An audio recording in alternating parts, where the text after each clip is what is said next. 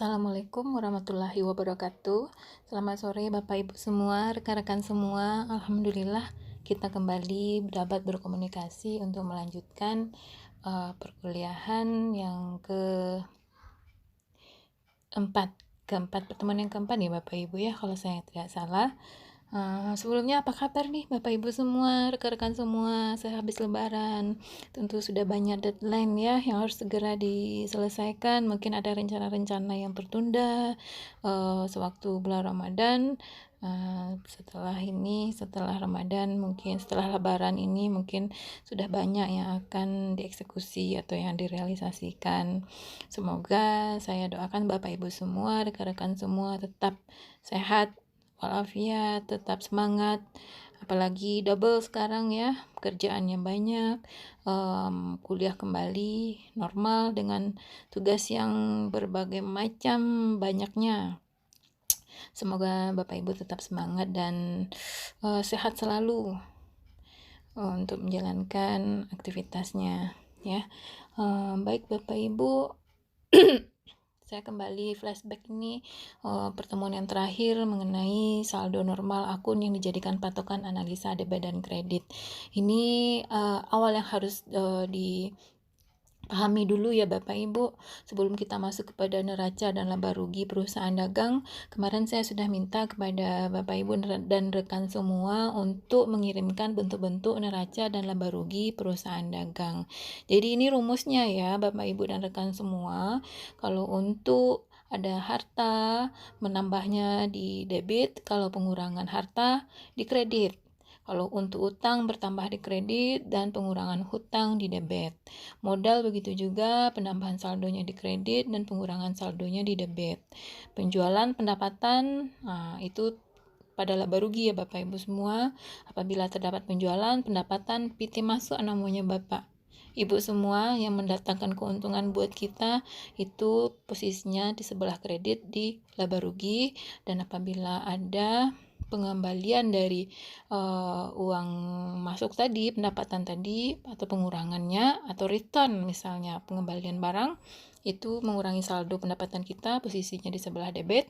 Dan apabila terjadi beban seperti beban operasional, ada pembelian barang dan jasa, dan hal semacam PT keluar, itu bertambahnya saldo di posisi debit dan terjadinya pengurangan saldo di sebelah kredit. Jadi ini rumus bakunya ya Bapak Ibu semua.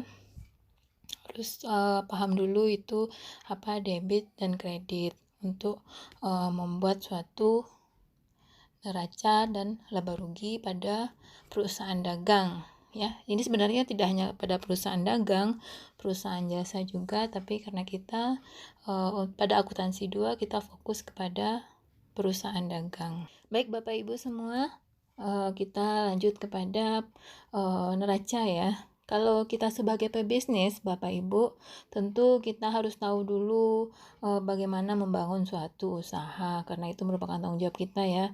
Bagaimana kita meluangkan waktu berjam-jam untuk menerima karyawan, memantau bisnis merupakan suatu kewajiban seorang pemilik bisnis. Akan tetapi bagaimana cara membuat pembukuan sederhana dengan mengetahui contoh dari suatu laporan keuangan. Nah, sebagai sebuah survei baru-baru ini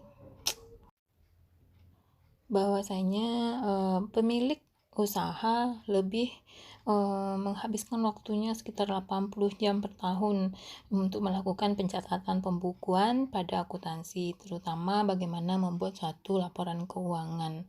Nah, pada posisi neraca ini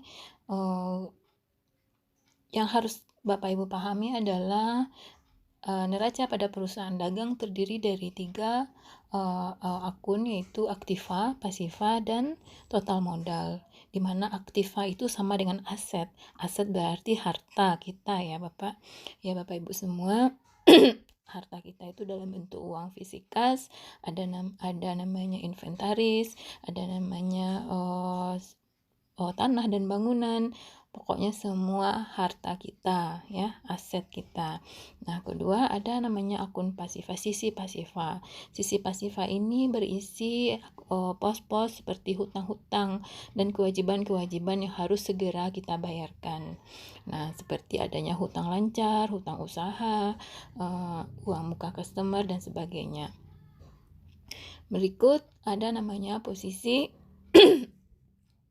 modal ya Bapak Ibu. Modal ini tentu terdiri dari modal sendiri, modal yang berasal dari pemegang saham, dan adanya laba yang ditahan. Laba yang ditahan ini berasal dari laba tahun lalu yang belum ditentukan kemana tujuan penggunaannya. Jadi sementara ditempatkan pada posisi neraca di posisi laba ditahan atau pada pos modal. Nah, berikut kita masuk kepada laba rugi. Laba rugi terdiri dari dua pos, yaitu ada penjualan dan ada pembelian. Nah, penjualan tadi bertambah pada posisi kredit, dan pembelian maupun beban bertambah pada posisi debit. Penjualan dikurangi pembelian, maka akan ditambah dengan persediaan awal apabila ada, dikurangi dengan persediaan akhir, maka akan diperoleh harga pokok penjualan. Nah, di situ dari total penjualan dikurangi harga pokok penjualan, tentu akan diperoleh laba atau rugi dari penjualan tadi. Berikut kita masuk kepada laporan arus kas.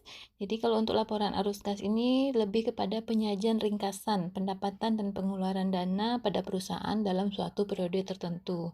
Pada laporan arus kas ada 3 macam kelompok, ada yang terdiri dari aktivitas operasi, aktivitas investasi, dan aktivitas pendanaan. Di sini saya fokus kepada aktivitas operasi ya Bapak Ibu, operasi yang merupakan cakupan dari neraca dan laba rugi tadi. Nah, untuk arus kas masuk tentu berasal dari seluruh penjualan atau pembelian, pembayaran piutang beserta bunga-bunga yang diterima dari piutang yang diberikan. Nah, di situ akan diperoleh total arus kas masuk, kemudian arus kas keluar ya berupa seluruh biaya pengeluaran atau beban yang dikeluarkan oleh sebuah perusahaan atau perusahaan dagang dalam menjalankan operasional sehari-hari.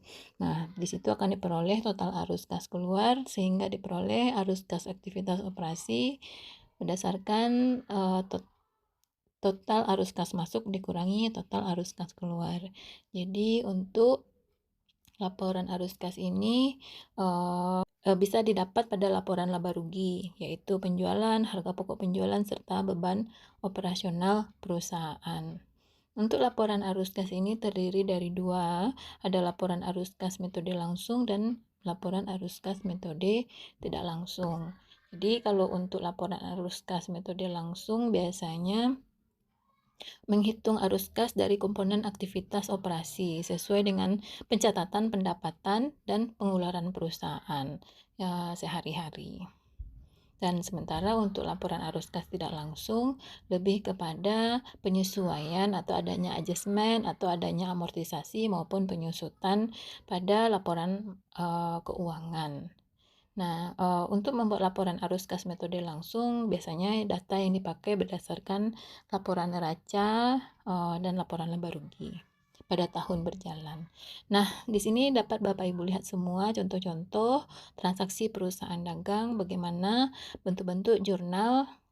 Saya sudah lampirkan di sini beserta contoh soal dan jawaban serta bentuk jurnalnya. Jadi dapat Bapak Ibu lihat apabila beban bertambah di posisi debit, apabila utang bertambah di posisi kredit pada neraca. Jadi laba rugi dan neraca harus balance ya Bapak Ibu, karena di laba rugi pendapatan terdapat juga pada neraca.